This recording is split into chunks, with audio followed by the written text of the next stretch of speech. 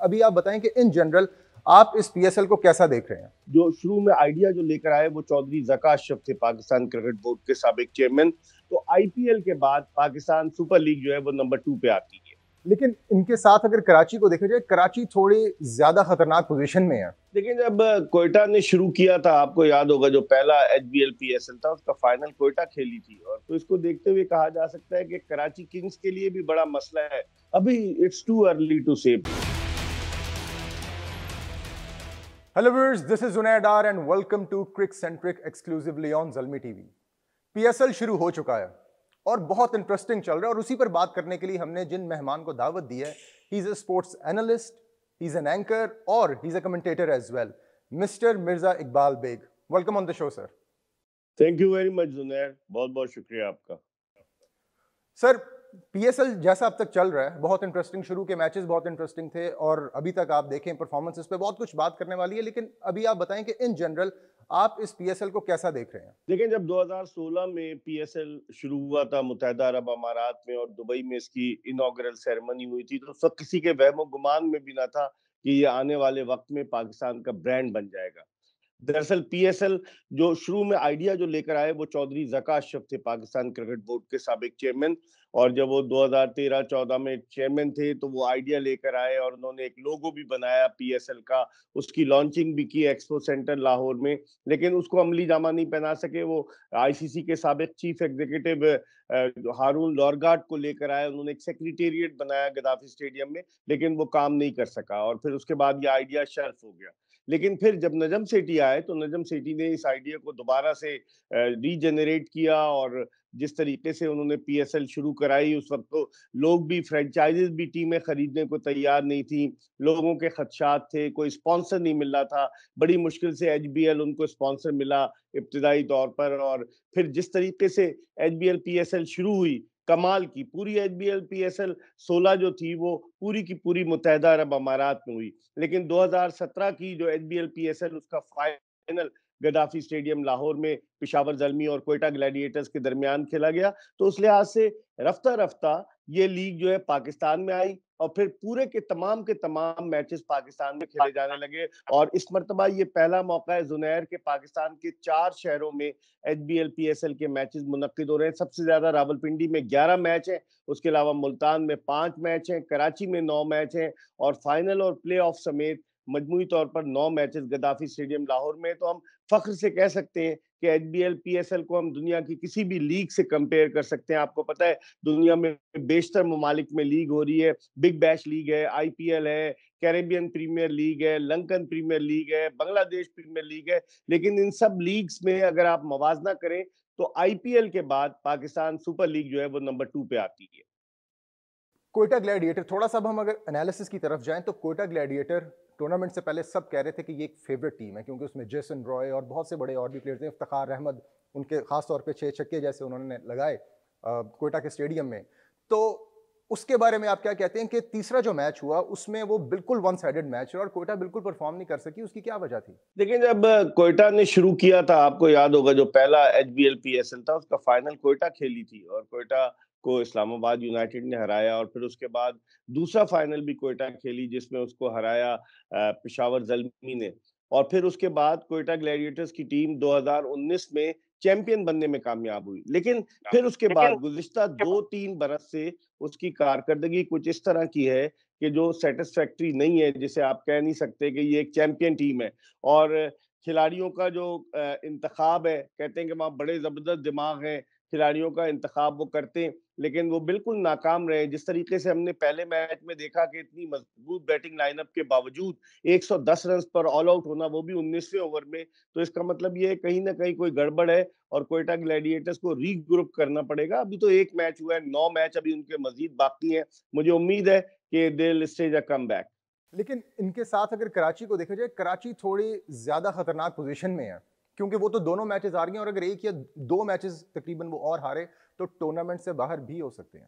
आपने सही कहा, कराची किंग्स गुज़िश्ता साल 10वें 10 मैचेस में से 9 हारी थी और आखिरी नंबर पर आई थी सिर्फ 2 पॉइंट से, और इस साल भी वो इब्तिदाई दोनों मैचेस हार चुकी है।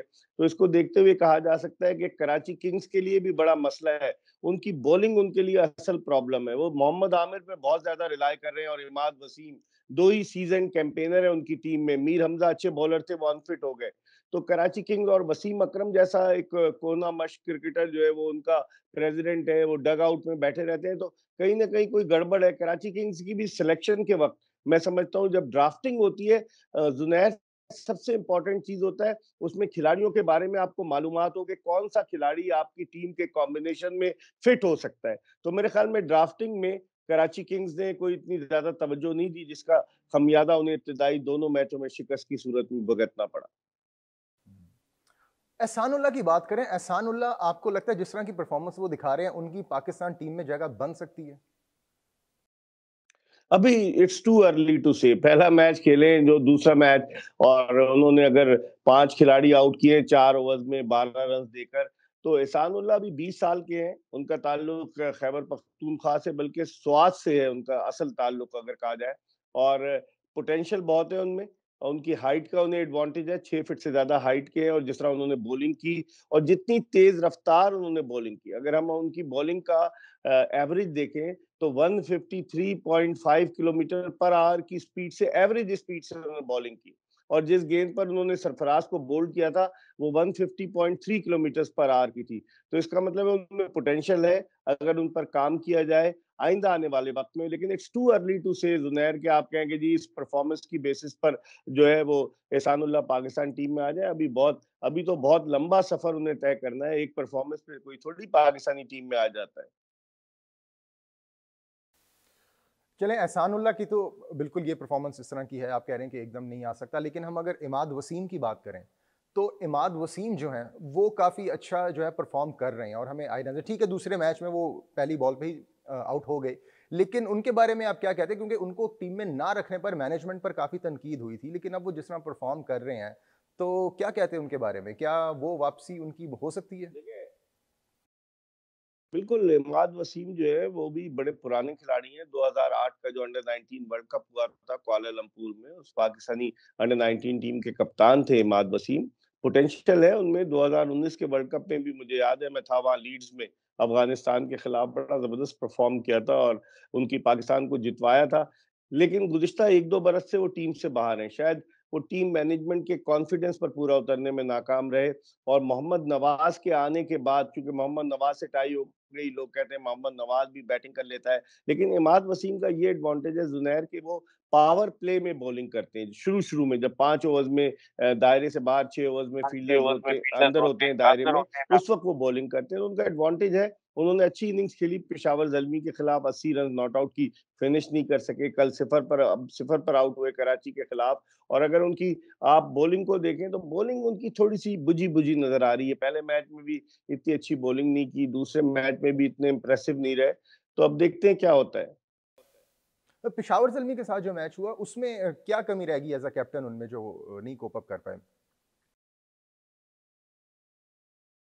देखिए, कमी नहीं रही। जो पार्टनरशिप 45 फॉर 4 के बाद जो पार्टनरशिप है उनके दरमियान हुई पेशावर ज़ल्मी के मैच में, वो बड़ी ज़बरदस्त पार्टनरशिप थी और लग रहा था वो जितवा देंगे। शोएब मलिक 41 साल की उम्र में भी अभी मुकम्मल फिट है। लेकिन मुझे लगता है कि थोड़ा-सा स्लो खेले। अगर ये पहले से चार्ज करते, करीब आकर भी दूर हो गए, तो अगर ये थोड़ा-सा पहले चार्ज करते दोनों बैट्समैन, तो शायद इतना 2 रन्स के मार्जिन से उन्हें शिकस्त ना होती। यहाँ पर कुछ थोड़ी-सी गलती हुई है कराची किंग्स के बैट्समैनों से। तो सर इमाद वसीम में और बाबर आज़म में कोई इख्तिलाफ़ात हैं जिनकी खबरें सामने आ रही हैं, जिन वजूहात की वजह से उनको टीम में शामिल नहीं किया गया? बज़ाहिर तो ऐसा नहीं लगता, लेकिन इमाद वसीम चूँकि टीम में थे, टीम के रेगुलर मेंबर थे। पाकिस्तान में ये कहा जाता था कि अगर कोई भी कप्तानी का उम्मीदवार बन के सामने आ जाए तो उसको साइडलाइन कर दिया जाता है। आप असद शफ़ीक की मिसाल ले लें, असद शफ़ीक को कहा जा रहा था कि टेस्ट का कप्तान साबित हो सकता है। आप इमाद वसीम की एग्ज़ाम्पल ले लें, आप शान मसूद की एग्ज़ाम्पल ले लें। ये ऐसे प्लेयर्स हैं कि जो कप्तानी के अहल थे, लेकिन उनको कप्तानी के लिए नहीं किया गया। तो मेरे ख़्याल में इन तमाम चीज़ों को सोचना पड़ेगा। इमाद वसीम तजुर्बाकार खिलाड़ी हैं, पाकिस्तान की इंटरनेशनल मैचों में शॉर्टर वर्जन में कप्तानी भी कर चुके हैं। अब क्रिकेट बोर्ड की सिलेक्शन नई सिलेक्शन कमेटी का काम है। पिछले जो सिलेक्टर थे लैपटॉप के, शायद उनके लैपटॉप में इमाद वसीम की परफॉर्मेंस नहीं थी, लेकिन अब देखते हैं कि मौजूदा चीफ सिलेक्टर हारून रशीद क्या करते हैं। कल के मैच में अगर हम देखेंगे कराची के साथ जो मैच हुआ, मोहम्मद आमिर का जो रिएक्शन है उसको आप कैसे इंटरप्रेट करेंगे, क्योंकि बाबर आजम के खिलाफ क्योंकि लग रहा है कि उधर भी कोई ना कोई कोल्ड वॉर जो है वो चल रही है। देखिए, वो एक मसल है ना कि रस्सी जल गई बल नहीं गए। मोहम्मद आमिर जो थे 2009 में आए थे और अब भी वो अपने आप को, लगता यही है कि वो अपने आप को सुपरस्टार समझते हैं। जिस तरीके से 2010 में स्पॉट फिक्सिंग स्कैंडल सामने आया, जेल की सलाखों के पीछे गए, वापस आए। उन्हें तो शुक्रगुजार होना चाहिए पाकिस्तान क्रिकेट बोर्ड का कि जिसने उन्हें दोबारा वापस लेकर आया। और उसके बावजूद उनकी जो परफॉर्मेंस है, कभी वो स्टेटमेंट देते हैं, कभी मिसबाह उल हक और वकार यूनुस के खिलाफ स्टेटमेंट दे रहे थे, कभी कहते हैं कि मैं ये मैनेजमेंट रही तो नहीं खेलूंगा, कभी कुछ कहते हैं, कभी कुछ कहते हैं। समझ में नहीं आता कि मोहम्मद आमिर चाहते क्या है। और कल आप देखें, कल के मैच में और जो पहला मैच था पेशावर जलमी के खिलाफ, फ्रस्ट्रेशन उनके चेहरे से नुमाया थी और वो हारिस जैसे यंगस्टर के साथ भी बदतमीजी कर रहे थे। तो इसका मतलब ये हुआ कि वो बड़े डेस्परेट हैं कि पाकिस्तानी टीम में आए। और मेरे ख्याल में ये जो है आमिर के लिए अब मुश्किल लग रहा है, क्योंकि नए अपकमिंग बॉलर्स आ रहे हैं। शाहीन शाह अफरीदी पाकिस्तानी टीम में आ चुके हैं, उसके अलावा हारिस रऊफ है, और भी मोहम्मद हसनैन है, एहसानुल्लाह ने अच्छा परफॉर्म किया, और भी बहुत सारे बॉलर्स हैं जो पाकिस्तान टीम में केपेबल हैं कि जगह बना सके। तो मेरे ख्याल में अब आमिर का चैप्टर जुनैर खत्म होना चाहिए। सही है। प्लेयर्स की तरफ आते हैं, लोकल प्लेयर्स और ओवरसीज प्लेयर्स, दोनों में से अच्छा कौन परफॉर्म कर रहा है? आपको क्या लगता है कौन इस पिच को ज्यादा, पाकिस्तान की कंडीशंस को ज्यादा बेहतर समझ पा रहा है? देखिए, ओवरसीज प्लेयर्स को तो एडवांटेज होता है। ओवरसीज प्लेयर जो हैं जब आते हैं पाकिस्तान, तो वो खेल कर लोगों की तवज्जो का मरकज बनते हैं। इसकी सबसे बड़ी मिसाल जो है वो इंग्लैंड के हैरी ब्रुक है। हैरी ब्रुक को इंग्लैंड की टीम ने नहीं लिया था, लेकिन जब वो पाकिस्तान में आए, पाकिस्तान सुपर लीग खेले, तो इंग्लिश टीम का वो अब मुस्तकिल रुकन बन गए। और भी बेशुमार खिलाड़ी हैं। तो जो फॉरेन क्रिकेटर्स पाकिस्तान आते हैं, वो उसका एडवांटेज उठाते हैं। जो यंगस्टर्स हैं वो उसका, टिम डेविड आप ऑस्ट्रेलिया की मिसाल ले लें, जो ऑस्ट्रेलिया से खेलने, सिंगापुर से उनका ताल्लुक, तो बेशुमार ऐसे क्रिकेटर्स हैं। मेरे ख्याल में वो कैश कराते हैं, लेकिन सवाल ये पैदा होता है कि क्या वो पूरा सीजन खेलते हैं या नहीं खेलते, ये भी देखना पड़ेगा। अगर चंद मैचेस के लिए आते हैं तो फिर बेकार है। फुल सीजन, और जो यंगस्टर्स होते हैं वो फुल सीजन खेलते हैं, इसलिए कि उनकी टीम में जगह नहीं होती अपनी। तो एडवांटेज मेरे ख्याल में जो होता है वो वहां के जो गैर मुल्की क्रिकेटर्स हैं उनको एडवांटेज होता है, लेकिन पाकिस्तान के यंगस्टर्स को भी ग्रूम करने में जो है बड़ा फायदा होता है। वो ड्रेसिंग रूम का एटमॉस्फेयर शेयर करते हैं, बहुत कुछ उस तजुर्बे से सीखते हैं। और इतने बड़े बड़े नामों के साथ जब वो खेलते हैं पाकिस्तान के यंगस्टर्स, तो पाकिस्तान को ही फायदा होता है। लेकिन अक्सर ये बात की जाती है कि हमारी जो कंडीशंस हैं वो खेलने में बहुत बेहतर नहीं है, लेकिन जब हम फॉरेन प्लेयर्स को भी देखते हैं तो वो बहुत अच्छा परफॉर्म, हमें बहुत लगता है कंफर्टेबली परफॉर्म कर रहे हैं वहां पे। देखिए, ये तो हमारे ऊपर डिपेंड करता है ना कि हमारे प्लेयर्स बाहर जाकर कैसे खेलते हैं और अपने मुल्क में कैसे खेलते हैं। हम तो अपने मुल्क में ही हार गए। ऑस्ट्रेलिया से टेस्ट सीरीज हार गए, इंग्लैंड से 3-0 हार गए, न्यूजीलैंड से हारते-हारते बचे। तो बहुत सारे फैक्टर्स हैं, हमारे मुल्क की पिचेस, हमारी ग्राउंड्स की कंडीशंस, बहुत सारी चीजें हैं जिन पर तवज्जो देनी होगी। अगर इंफ्रास्ट्रक्चर अच्छा नहीं होगा, तो फिर कोई फायदा नहीं है। आपने पिचेस की बात की, तो कराची की जो पिचेस आप देख रहे हैं कि बहुत ज़्यादा वो बैटर्स को सपोर्ट कर रही हैं, तो क्यूरेटर्स ऐसी विकेट्स क्यों बनाते हैं जहां पे आपको बिल्कुल ही वन साइडेड गेम नजर आए और बॉलर्स को इतनी ज़्यादा स्ट्रगल करनी पड़े?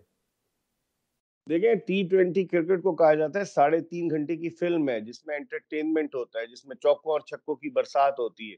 तो टी20 क्रिकेट के लिए दुनिया भर में ऐसी पिचेज़ बनाई जाती हैं कि जहाँ बैट्समैनों के लिए जो कंड्यूसिव हो, जहाँ बैट्समैन स्ट्रोक्स खेल सकें, मार-धार से भरपूर। अगर आप स्विमिंग विकेट या कोई खराब विकेट बना देंगे, तो रन्स तो स्कोर नहीं होंगे, मैच जल्दी खत्म हो जाएगा, तो क्या फ़ायदा होगा? तो मेरे ख्याल में दुनिया भर में ये ट्रेंड है, और एक सपोर्टिंग विकेट बनती है, जिसमें फास्ट बॉलर्स के लिए मदद होती है, लेकिन बैट्समैनों के लिए ज्यादा एडवांटेज होता है। विकेट्स की बहुत ज़्यादा बात की जाती है। जब इंग्लैंड भी यहाँ पे आई और न्यूजीलैंड भी आई, तो हमने तब भी देखा कि जब रमीज़ राजा थे, रजीम चेंज से पहले, तो वो बहुत इस बारे में बात कर रहे थे, और अब चेंज हो गई है सारी आपकी मैनेजमेंट। लेकिन अभी भी विकेट्स का जो मसला है वो क्यों नहीं हल हो रहा? इसका अगर हम कंपैरिजन करें इंडिया के विकेट्स के साथ, वो भी सब कॉन्टिनेंट की ही ग्राउंड्स है, लेकिन वो बहुत बेहतर कंडीशन में, और यहाँ पे कोई प्लानिंग नजर ही नहीं आती। या इंफ्रास्ट्रक्चर हमारा सही नहीं है ना। आप पहले तो अपने इंफ्रास्ट्रक्चर को दुरुस्त करें ना। आप पाकिस्तान क्रिकेट बोर्ड के पास कितने ग्राउंड उसकी मिल्कियत है। अगर आप देखें गद्दाफी स्टेडियम लाहौर या फिर national stadium Karachi, Rawalpindi cricket stadium भी डिस्ट्रिक्ट मैनेजमेंट के अंडर आता है, इकबाल स्टेडियम फैसलाबाद भी, फिर मुल्तान क्रिकेट स्टेडियम भी पीसीबी का नहीं है। तो मेरे ख्याल में ये सारे फैक्टर्स हैं कि पीसीबी के अगर अपने ग्राउंड हो, जिस तरह भारत में अपने ग्राउंड है क्रिकेट बोर्ड्स के, वहाँ की एसोसिएशंस के अपने ग्राउंड है, तो अगर वो उनके अपने ग्राउंड होते हैं तो उस पर वो पैसा भी लगाते हैं और उसमें इंटरेस्ट भी लेते हैं। तो हमें अपने इंफ्रास्ट्रक्चर को पहले बेहतर बनाना होगा। पिचेस की सूरत हाल, आउटफील्ड, बहुत सारी चीजें हैं जिनको अगर हम बेहतर नहीं बनाएंगे तो हम क्रिकेट में आगे नहीं जा सकते। सर, आप खुद भी कराची से ताल्लुक़ रखते हैं और अब नेशनल स्टेडियम का नाम बदलकर नेशनल बैंक अरीना रख दिया गया है, तो वहाँ के लोग, कराची के लोग इसको कैसा देख रहे हैं, इस नाम की तब्दीली को? देखें, कराची के नेशनल स्टेडियम में 1955 में पहला टेस्ट मैच खेला गया था पाकिस्तान और भारत के दरमियान, और जब से इसका नाम वही नेशनल स्टेडियम कराची था। तो कैसे तब्दील किया है रमीज राजा ने, कुछ पैसों के लिए कि उन्हें पाकिस्तान क्रिकेट बोर्ड को कुछ स्पॉन्सरशिप मिल जाए। लेकिन मेरे ख्याल में नाम तब्दील करने से कोई फर्क नहीं पड़ता। कराची के लोग अभी भी इसे नेशनल स्टेडियम कराची कहकर पुकारते हैं। पहले तो रमीज राजा साहब ने इसका नाम रखा था नेशनल बैंक क्रिकेट एरीना, लेकिन अब आ जाता है नेशनल बैंक स्टेडियम कराची। तो मेरे ख्याल में अभी सेठी साहब चूंकि एक मुआहदा हुआ है नेशनल बैंक से, तो अभी तो उसको चेंज नहीं करेंगे, लेकिन मुझे लग रहा है आइंदा आने वाले दिनों में it will be reverted back to national stadium Karachi. Sir, PSL में ही अगर हम बात करें तो हमने कुछ मैचेस हो गए हैं, देख लिया, और जो इमर्जिंग प्लेयर्स हैं उनको भी देख लिया, तो कौन से ऐसे इमर्जिंग प्लेयर्स हैं जो आपको नजर आते हैं कि ये पोटेंशियली, वही बात के अभी तो नहीं आएंगे, लेकिन पोटेंशियल किन में आपको नजर आई कि ये हैं जिनको आगे लेके? अभी तो 4 मैच हुए ना जुनैर, अभी तो 4 मैच हुए, अभी से हम कैसे कह सकते हैं। ठीक है, एहसानुल्लाह की परफॉर्मेंस सबके सामने है। अब्दुल वाहिद बंगलदेई को क्वेटा ने मौका दिया, इमर्जिंग प्लेयर, वो इतना कामयाब नहीं हुआ, 1 रन बना सका। तो अभी तो आगाज हुआ है। ये तो हम जब टूर्नामेंट आधा हो जाए, जब टीमें एटलीस्ट 5-5 मैचेस खेल लें, तो उसके बाद पता चलेगा ना, क्योंकि हर टीम को 10 मैच खेलने पूरे टूर्नामेंट में, तो उसके बाद ही सही सूरत हाल सामने आएगी। आपकी अपनी कौन सी टीम फेवरेट है पीएसएल में? कुछ भी नहीं कह सकते। टी20 क्रिकेट है, वैसे लाहौर कलंदर्स को मैं दिल से सपोर्ट करता हूँ, लेकिन टी20 क्रिकेट में आप कुछ नहीं कह सकते। और कौन सी टीम है जिसकी आपको लगता है कि बैटिंग डिपार्टमेंट ज्यादा स्ट्रांग है, और किन टीम्स का आपको लगता है कि बॉलिंग डिपार्टमेंट ज्यादा स्ट्रांग है? देखिए, बैटिंग तो स्ट्रांग जो है अगर देखा जाए तो वो इस्लामाबाद यूनाइटेड की है, और अगर आप बॉलिंग की बात करें तो उसकी बॉलिंग जो है वो बड़ी जबरदस्त है। वहाँ पे जो सिक्योरिटी के मेजर्स हैं और जो बैरियर्स वगैरह वहाँ पे लगे हुए हैं, तो सिक्योरिटी वाइज कैसा देखते हैं? उसकी ज़्यादा परेशानी तो नहीं हो रही है लोगों को? कोई मुश्किलात का सामना तो नहीं है? देखिए, सिक्योरिटी तो मस्ट है। मुल्तान में मैं था पीएसएल शुरू होने से पहले, जब टीमें प्रैक्टिस करी थी, उस वक़्त पूरा मुल्तान बंद हो जाता था। तो अब ये सोचना पड़ेगा डिस्ट्रिक्ट एडमिनिस्ट्रेशन को, लोकल एडमिनिस्ट्रेशन को, कि लोगों को फैसिलिटेट कैसे किया जाए। कराची में कोई इतनी ज़्यादा परेशानी नहीं है, वरना पहले तो नेशनल स्टेडियम से कोसों दूर जो है वो बैरियर्स लगा दिए जाते थे और रोका जाता था। लेकिन कराची में सूरत-ए-हाल काफ़ी बेहतर है। आखिरी सवाल आपसे पूछूंगा कि जो जितने भी फास्ट बॉलर्स हम देखते हैं, ये बात वैसे भी बहुत डिस्कस होती है, वो ज़्यादा केपी से ही आ रहे हैं, इसकी वजह क्या है आपके नज़दीक? एक तो फिजिकली वो बड़े स्ट्रांग होते हैं। देखें, अमूमन फास्ट बॉलर जो है उसका फिजिकली स्ट्रांग होना बहुत जरूरी है। वो फिजिकली बहुत स्ट्रांग होते हैं, और केपीके में जो क्रिकेट का खेल है वो दिन ब दिन फरोग पाता जा रहा है। और वहाँ के जो बॉलर्स आ रहे हैं, आप देखें, तवील कामत बॉलर्स हैं। चाहे शाहीन आफरीदी को ले लें, एहसान उल्लाह को ले लें, एक अरशद इकबाल आया था अंडर 19 का, उसको ले लें, मोहम्मद वसीम जूनियर को ले लें। जितने भी बॉलर्स आ रहे हैं केपी से, वो सारे के सारे फिजिकली बिल्ट, अच्छे बिल्ट है और स्ट्रांग है, जिसका उन्हें हाइट का भी एडवांटेज होता है और उनकी अपनी फिजिक का भी उन्हें एडवांटेज होता है। Thank you so much, sir. Thank you so much. Thank you for being on the show. बहुत बहुत शुक्रिया आपका। सो व्यूअर्स, ये सुनिए आपने मिर्जा इकबाल बेग साहब की बातें, उनके ओपिनियंस मैच के बारे में, पीएसएल के बारे में, लेकिन आपके व्यूज और आपके ओपिनियंस के बगैर हमारा प्रोग्राम अधूरा रहता है। इसलिए आप लोग कमेंट सेक्शन में बताएं कि पीएसएल में आप किस टीम को सपोर्ट कर रहे हैं, कौन सी टीम आपकी फेवरेट है और किसको जीतते हुए देखना चाहते हैं। This is Junaid R from CricCentric signing out.